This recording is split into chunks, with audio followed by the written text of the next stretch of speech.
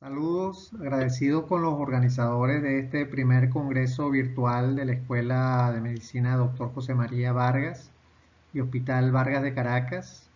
Me siento honrado de poder estar con ustedes el día de hoy y más aún cuando se le rinde homenaje al beato Dr. José Gregorio Hernández. En estos 20 minutos vamos a realizar una reflexión sobre ética como principio del ejercicio de la medicina. Una reflexión que vamos a iniciar desde la percepción de nuestros pacientes y lo que ellos quieren de sus médicos. Y es que la forma más sencilla para saber qué es lo que la gente desea o espera de sus médicos es simplemente preguntándoselo. Y en este estudio publicado en la revista Argentina de Medicina, lo recogieron de una muestra de 338 personas con una edad promedio de 43 años. A los participantes se les preguntó sobre las virtudes deseables, los defectos indeseables y el por qué cambiaría de médico, basado en valores referidos a las actitudes, rasgos personales, conocimientos, las habilidades clínicas y resolución de problemas. Y reportaron que tanto para las virtudes deseables, los defectos indeseables, como por qué cambiaría de médico, las conductas asociadas a las actitudes del médico fueron las más importantes. Y en este sentido, para el paciente, pareciera que nuestras actitudes son el factor de mayor importancia, incluso por encima de nuestros conocimientos y destrezas clínicas. Entonces nuestras actitudes, junto con nuestros conocimientos y destrezas, configuran un comportamiento que debe ser moral. Y recordando pues que la moral son el conjunto de normas que regulan la conducta individual y social de los ciudadanos y nos guían para realizar juicios morales y poder decir si una conducta es moral o inmoral, correcta o incorrecta, si es buena o mala. Para que un sujeto llegue a ser moral, debemos comportarnos moralmente. Para ello debemos hacer la mejor elección de nuestros contenidos, que son nuestros valores y principios, y las acciones que vamos a realizar. Dependiendo de esas elecciones, tendremos dos opciones, una plenitud moral o la desmoralización. Pero para construir esa moral, necesitamos unos elementos o materiales de construcción moral para llevar a cabo nuestro proyecto moral. La libertad. Nosotros al elegir libremente, nos apropiamos de las propiedades por las que optamos y que van configurando nuestro carácter. Lo razonable es apropiarse de las que acondicionan nuestra vida para vivir bien. El talante es el tono vital con que el individuo se enfrenta por naturaleza a la realidad. Este talante no lo elegimos, sino que nos viene dado por naturaleza, aunque podemos modificarlo a lo largo de nuestra vida haciendo uso de la libertad. El carácter. Las personas nacemos con un talante o primera naturaleza y podemos ir creándonos una segunda naturaleza o carácter por repetición de actos. Para Aristóteles, en esto consistía la vida moral, en adquirir las virtudes y actitudes que van componiendo el carácter. Los hábitos. Como acabamos de mencionar, esta segunda naturaleza, o sea el carácter, la construimos repitiendo actos en un mismo sentido y estos se van a convertir en hábitos para obrar bien. Entonces, debemos ejercitarnos para lograr hábitos para obrar bien. En las profesiones de salud esto es fundamental. El quinto elemento, las actitudes, que son esos hábitos aprendidos, pero que nos descubren aspectos más profundos de la persona, que tienen un componente cognitivo y basado pues en sus ideas y creencias, los afectivos y los de comportamiento, que muestran la tendencia a responder en un determinado sentido a un aspecto de la realidad. Las actitudes se pueden modificar, pero necesitan de un referente y de una dirección hacia dónde hacerlo. Es aquí donde entran en juego los valores, principios, normas e ideales de la vida. Todos estos elementos tienen su encuentro en la conciencia moral. Y la conciencia moral pudiéramos decir que es un autoanálisis ético-moral y que se desarrolla en nosotros, pero que también responde a la interrogante de su origen, mostrando algunas variables que son intervinientes en su construcción. Esta conciencia moral también nos ayuda, por ejemplo, a entender los conceptos de objeción de conciencia, que es muy poco comprendido en el sector salud, pero que en general se refiere al derecho a negarse a acatar leyes o realizar actos que contrarían convicciones éticas o morales, así como también el concepto de debida obediencia, que se reflejan en actos que generan responsabilidad moral y legal, pero que las personas que cometen estos actos se justifican en el hecho de recibir una orden de alguien que tiene un nivel superior. Ahora tenemos estos elementos o materiales de construcción de nuestra conciencia moral, pero no es lo mismo construir con variables que pueden ser adversas y menciona algunas que nos pueden dar idea de su importancia en la calidad para este desarrollo. Nuestra familia, la escuela donde asistimos, nuestro desarrollo cognitivo y moral, según lo descrito por Piaget y Colbert, los determinantes sociales que padecimos, el proceso de maduración de nuestro cerebro que culmina a los 25 años y ya algunos jóvenes médicos están graduados a esta edad, o trastornos de la personalidad donde pudiera presentarse ausencia de remordimiento, o sea, de conciencia moral. Una buena conciencia moral nos dará una gran capacidad para reflexionar sobre nuestros actos como personas, como médicos, es decir, sobre nuestra moral. Y cuando el resultado de esa reflexión nos dice el por qué nuestro comportamiento fue bueno o malo, o el por qué dejé de hacer algo por negligencia, ignorancia, mala planeación o falta de previsión, descubre los valores que pueden ser positivos o negativos, y es aquí cuando hablamos de ética. Desde la ética podemos hacer un juicio ético que también nos sirve para razonar y determinar qué acción, conducta o actitud es la más adecuada de entre un conjunto de alternativas en función del sistema de valores que compartimos con nuestra sociedad y así poder ejercitar diariamente buenas acciones que se constituirán en hábitos para obrar bien y que nos harán personas morales y virtuosas.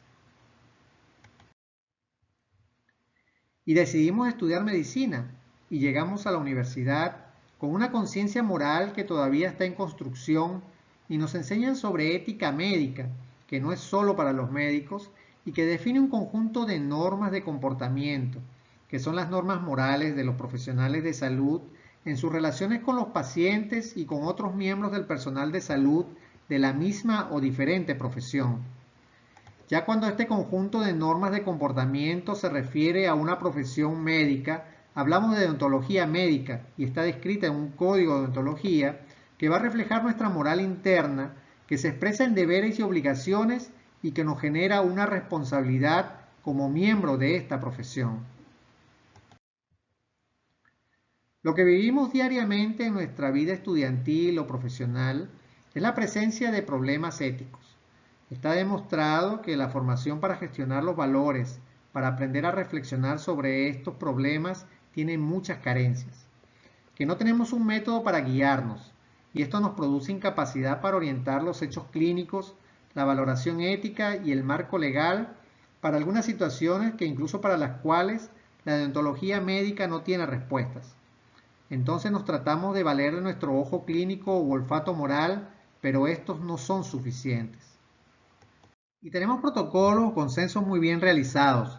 Nuestra pericia, que es nuestro conocimiento, nuestra experiencia, descrito pues en una medicina basada en la evidencia, y somos casi siempre muy buenos para gestionar los hechos. Recogemos los hechos y sabemos que si estos no se investigan bien, nuestros diagnósticos o nuestros proyectos de investigación estarán errados o incompletos. Y se nos enseña una metodología para esto.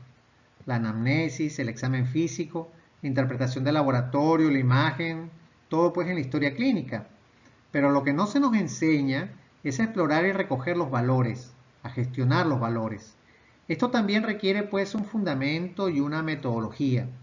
Existen valores junto con preferencias y creencias tanto del paciente y del médico que se suman a los valores de la sociedad y que siempre intervienen y que muchas veces pues no son tomados en cuenta, pero que son de suma importancia en la práctica global de una medicina basada en valores.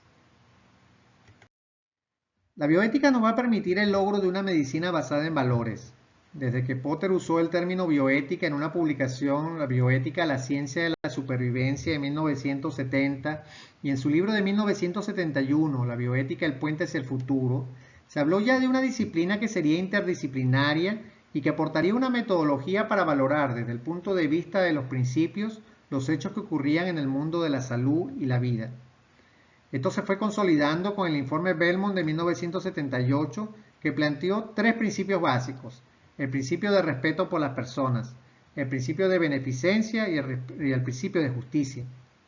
Beauchamp y Childress, en su publicación Los principios de la ética biomédica en 1979, plantea ya una bioética principialista, donde la autonomía, la beneficencia, la no maleficencia y la justicia se convertirían en las normas generales, necesarias y suficientes para dirimir la mayoría de los problemas éticos que podemos enfrentar en nuestro día a día. Desde ese momento de la historia hasta nuestra realidad, hay toda una gran cantidad de contenido, de planteamientos, de métodos para una disciplina que ha trascendido y se ha convertido en un nuevo lenguaje universal y que también, por supuesto, ha retroalimentado a la deontología médica. La relación que establecemos como médicos con nuestros pacientes debe estar basada en principios bioéticos para todos los casos. Autonomía, beneficencia, no maleficencia y justicia son los estándares que fundamentan nuestro profesionalismo. La autonomía nos hace ver al paciente como sujeto de derechos, decir la verdad, respetar la privacidad e intimidad, proteger su confidencialidad, dar información y ayudar a analizar las situaciones para tomar la mejor decisión. Como norma, nos lleva a no coartes la libertad de la persona y como obligación a aplicar el consentimiento informado. La beneficencia nos obliga a promover o hacer el bien en una relación de ayuda, a proteger o defender los derechos del paciente, a informar sobre riesgos y beneficios en cualquier decisión basados en el principio de utilidad, a realizar el cuidado en el marco técnico, científico y humano, y necesita del consentimiento, o sea que está muy relacionado con el principio de autonomía. Como norma, nos lleva a siempre debe proveerse el bien, y como obligación a la atención respetuosa y de alta calidad. Y como nuestra acción beneficente parte desde el prójimo, el resultado de la misma debe evaluarse en ellos. Nuestros pacientes al final de la relación deben tener la percepción de que se trabajó por ellos, de que se les dio la mejor atención y que se luchó por sus derechos. La no maleficencia nos obliga a no hacer daño intencional, ya sea por acción u omisión. Requiere de nuestra conciencia de responsabilidad y de las consecuencias de nuestras acciones. Nos lleva a evaluar riesgos y beneficios en cualquier decisión y no necesita del consentimiento del otro porque es una responsabilidad individual. Como norma, nos lleva a no inducir sufrimiento o discapacidad evitable y como obligación a realizar el análisis riesgo-beneficio para cada decisión clínico-terapéutica. Entonces, un médico no beneficente no respeta la autonomía, mantiene una relación paternalista, no dialoga, no muestra empatía, no muestra compasión, hace promesas engañosas, no es la voz de su paciente. Y actuar de forma maleficente es realizar acciones arbitrarias, actuar con negligencia, que es la omisión inexcusable, que se encuentra en el descuido y la inatención que produce un evento adverso en perjuicio del paciente. O con imprudencia, que es la temeridad inexcusable, donde el sujeto actúa con exceso de confianza, de manera que constituye una falta de previsión o de precaución en la acción. O con impericia, que es la ignorancia inexcusable, que consiste en la actuación del médico que es llevada a cabo con ineptitud técnica y física, así como también la falta de actuación sobre los avances de la ciencia médica. O con inobservancia de reglamentos, que es la culpa que surge de una actuación que, aunque puede ser prudente y diligente, está vedada por una norma jurídica. O con una medicina defensiva, que es la práctica de recomendar pruebas de diagnóstico que no son necesariamente la mejor opción para el paciente. Todo esto, pues, nos lleva a una responsabilidad individual que se llama, pues, también responsabilidad culposa. También se presentan situaciones en nuestra práctica asistencial donde es difícil delimitar el punto entre beneficencia y no maleficencia. Y es cuando debemos tener una estructura de pensamiento que nos permite identificar que un exceso de beneficencia se puede traducir en maleficencia para nuestros pacientes. Por ejemplo, en el caso del uso excesivo de procedimientos invasivos o medidas de soporte que no van a proveer beneficios sino la prolongación del sufrimiento del paciente. Asimismo, pues también en el déficit de beneficencia por falta de ayuda o gestión de los recursos de nuestros pacientes, que también se traduce pues en maleficencia para ellos. Entonces eso es un tema de actitud que para el paciente, como habíamos hablado inicialmente, es el factor de mayor importancia. Y el principio de justicia, que como virtud tiene que ver con el trato justo e igualitario a los pacientes, la tolerancia frente a las diferencias religiosas, raciales o culturales, la defensa frente a las inequidades o cualquier acción que suponga un perjuicio. Y en bioética, el principio de justicia se entiende como la equidad y obliga al reparto equitativo de beneficios y cargas y a la distribución y acceso justo a los limitados recursos sanitarios. Como norma, nos lleva a ofrecer la atención a la salud a todo el que la requiera y como obligación a realizar una distribución de los recursos sanitarios en términos de eficiencia, eficacia y equidad. Pero la equidad es un concepto que está asociado a los valores de igualdad y justicia. Promueve la igualdad sin distingo de las diferencias humanas, pero para que la equidad sea real, no puede ser aplicada de la misma manera a todas las personas, sino deben ser acatadas excepciones para cada caso en particular. También en nuestro Código de Ontología, en el artículo 6, se expresa que el médico venezolano tiene deberes fundamentados en los principios de fraternidad, libertad, justicia e igualdad. Los deberes que cada uno de estos principios aportan al ejercicio médico nos fortalecen y sirven de ayuda en el mantenimiento de un alto nivel de conducta ética. Limitarse al cumplimiento del deber profesional desde una valoración bioética refiere que la moralidad médica debería ser evidente aún en situaciones de fuerza determinantes de regímenes que desconocen el ejercicio de la libertad y la dignidad del hombre. El otro reto que tenemos es saber tomar decisiones. La bioética nos enseña a pensar bien, a pensar despacio, que es deliberar, para tomar decisiones correctas que se deben constituir como óptimas. Solo se puede decir que una decisión es correcta si es la óptima, o sea, la inmejorable para ese momento para un paciente. Estamos rodeados de decisiones que simulan ser correctas, pero cuando las valoras se evidencian que no lo son. Entonces vamos a ver cómo es este proceso.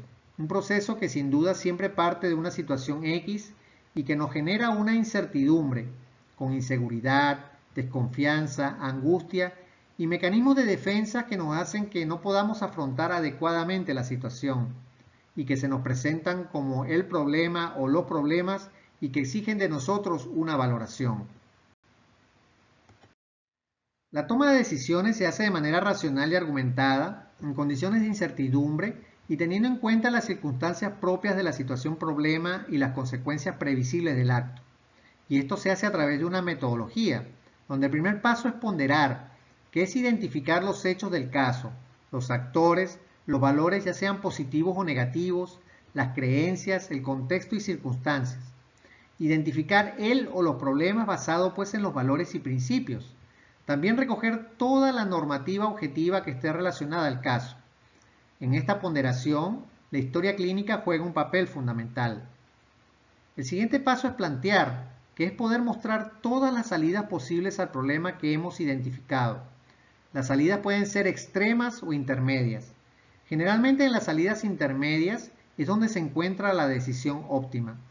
Se sugiere que por lo menos podamos ser capaces de plantear 5 salidas como mínimo para el problema.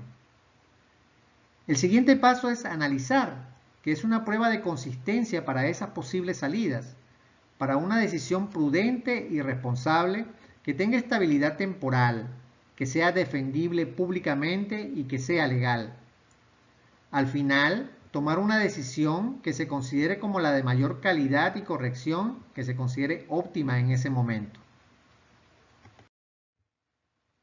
Una decisión que es llegar a una conclusión que sería pues nuestro juicio ético.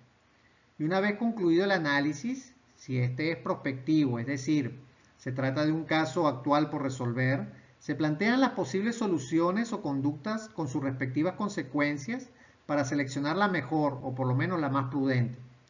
Si se trata de un análisis retrospectivo o de un caso que ya se han tomado de conductas, se deberá pues emitir un juicio sobre las mismas y hacer una propuesta de mejora. En el caso de que se lleve pues a un comité de bioética, este recomendará el curso de acción que mejor haya cumplido con este proceso, pero para su cumplimiento la responsabilidad cae sobre la institución de salud, el profesional de salud, el paciente o los familiares. La conclusión elaborada por un comité de bioética tiene el carácter de recomendación, por lo que no es obligatorio el cumplimiento, aunque por su naturaleza deliberativa y colegiada siempre es aconsejable su acatamiento.